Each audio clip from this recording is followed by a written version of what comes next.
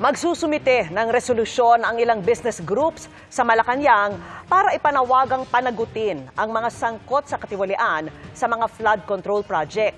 Pinuna rin nila ang bagal umano ng hakbang ng komisyong nag-iimbestiga riyan.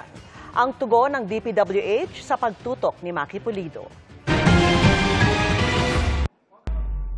Kailangan managot lahat ng dapat managot. Kailangan makulong lahat ng dapat makulong. Wala tayong sisinuhin, wala tayong sasantuhin. Kailangan po mabalik ang pera ng mga kababayan natin. Ang pera nating lahat, kailangan po maibalik.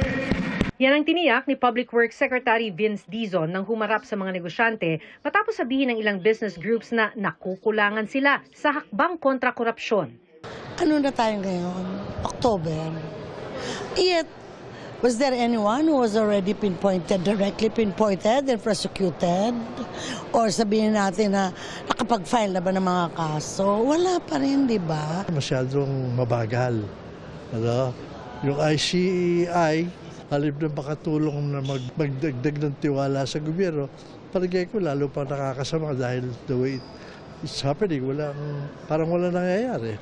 Bukod naman sa naunang puna na tila walang pangilang kapangyarihan ng Independent Commission for Infrastructure o ICI, ay pinuna rin nila ang hindi pagsasapubliko ng mga pagdinig ng komisyon.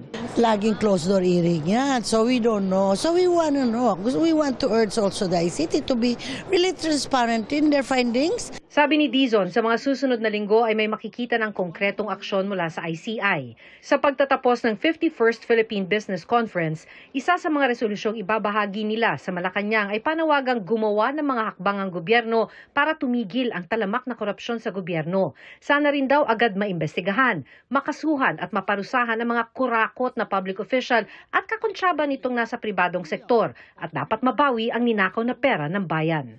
Para sa GMA Integrated News, Maki Pulido, nakatutok 24 oras.